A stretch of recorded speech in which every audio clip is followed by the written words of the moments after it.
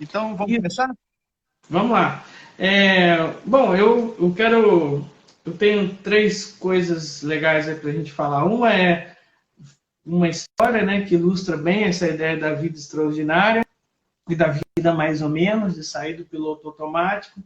A outra é a gente trabalhar os três passos.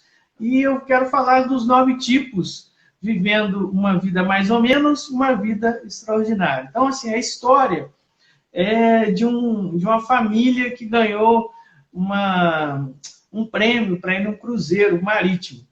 E o que acontece, Ronald? Essa família ela foi premiada e tudo, só que eles não tinham dinheiro, é uma família muito pobre. Né? Então, o que aconteceu? Eles falaram assim, poxa, mas como é que a gente vai ficar lá nesse cruzeiro marítimo, nesses dias todos sem comer, nos restaurantes chiques que tem nesses navios e tal? E aí eles bolaram um plano de levar pão com queijo. E eles levaram um cestão enorme de pão com queijo e o plano era esse, né? Coisa barata, vamos comer no caminho. Né? Eram 40 dias de viagem, uma quarentena, olha só.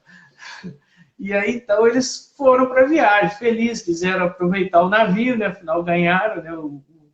O cruzeiro. Mas, na hora das refeições, eles iam para o quarto comer o pão com queijo. Bom, passaram 39 dias comendo pão com queijo, até que no último dia já não aguentavam mais. As crianças já estavam meio amarelas, a mulher e o marido já estavam fedendo a pão com queijo, todo mundo no navio já estava percebendo isso. E aí, no último dia, eles já estavam de saco cheio, e a mulher reclamando, as crianças também, e o marido falou assim, bom, eu vou pegar as economias que eu tenho e nem que seja para o último dia a gente vai comer bem num restaurante aqui do navio. E foram para o restaurante. Na hora que chegaram lá, eles foram barrados na entrada porque aquele restaurante só podia entrar quem era VIP. Né? E aí eles tinham que apresentar os convites deles do navio, né? As passagens. Na hora que o cara pegou as passagens e olhou, percebeu que eles não eram só VIPs, mas eles eram VIPs Plus, integral, ou seja, todas as refeições do navio estavam inclusas na passagem deles. Ótimo. Então, o que eu quero dizer com essa história? A gente também está nesse cruzeiro desse navio aí, nesse cruzeiro da vida, né? E às vezes a gente vive no pão com queijo, a gente vive no mais ou menos. A gente vive aí nessa vidinha pensando, né, com a cabeça diminuta, né, pensando que a gente tem que viver assim, que a gente não tem condições, que a gente não tem permissão para ir além, para viver o melhor da vida, o melhor do cruzeiro. E, de repente, a gente descobre que o nosso bilhete, ou a nossa capacidade humana, é de viver tudo que a vida pode nos proporcionar de melhor. Claro, a gente correndo atrás, mas com certeza a gente consegue. Né? Então, hoje o tema é sobre isso. Sair do pão com queijo e viver o melhor do nosso cruzeiro aí, marítimo. Né? Muito boa a história.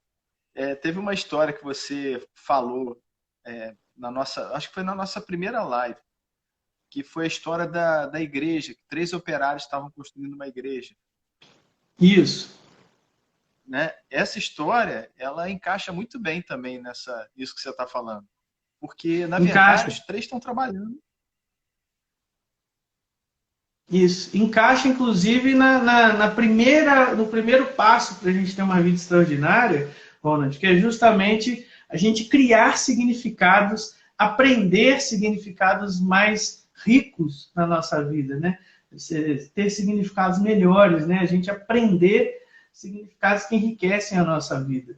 A qualidade da nossa vida depende da qualidade dos significados que a gente dá para ela.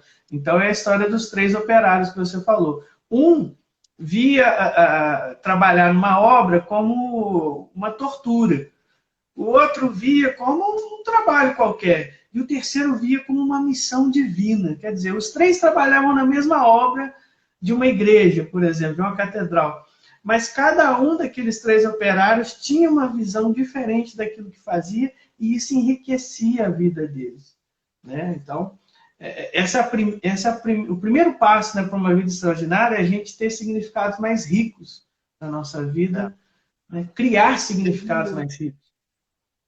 Teve um filme que concorreu ao Oscar como o melhor filme estrangeiro. Na época que o Central do Brasil foi concorrer, ele ganhou do Central do Brasil, que é um filme chamado A Vida é Bela, que conta a história de um pai com um filho num campo de concentração, em que ele esconde a realidade do filho, criando como se fosse um jogo. Né? Eu vi esse filme, O filme é sensacional. Quem tiver a oportunidade de assistir, fala exatamente isso do significado que você dá. Ele está, talvez, na pior das situações, né? Talvez na fase mais crítica da humanidade, e ali ele consegue criar significados para criar uma proteção ao redor do filho de que aquilo que eles estavam vivendo era só um jogo e não a realidade. O outro filme também que fala disso é aquele A Procura da Felicidade.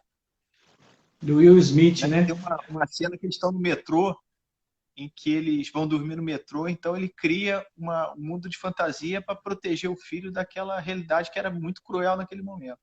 Então, o significado que você está falando, eu acho que tem muito a ver com essas histórias.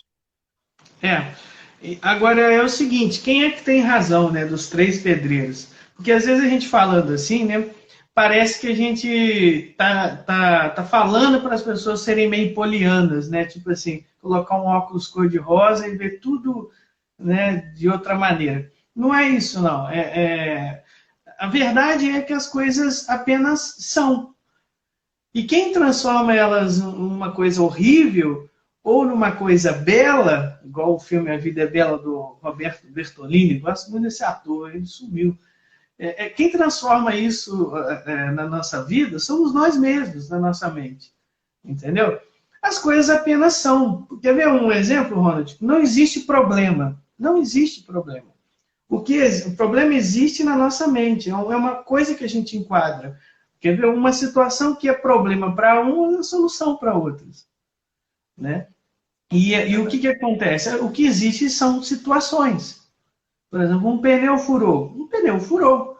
Mas isso pode ser um grande problema, dependendo do contexto que você coloca isso, ou pode ser uma coisa muito boa, também dependendo do contexto. Tudo é sobre como é que a gente enquadra as coisas.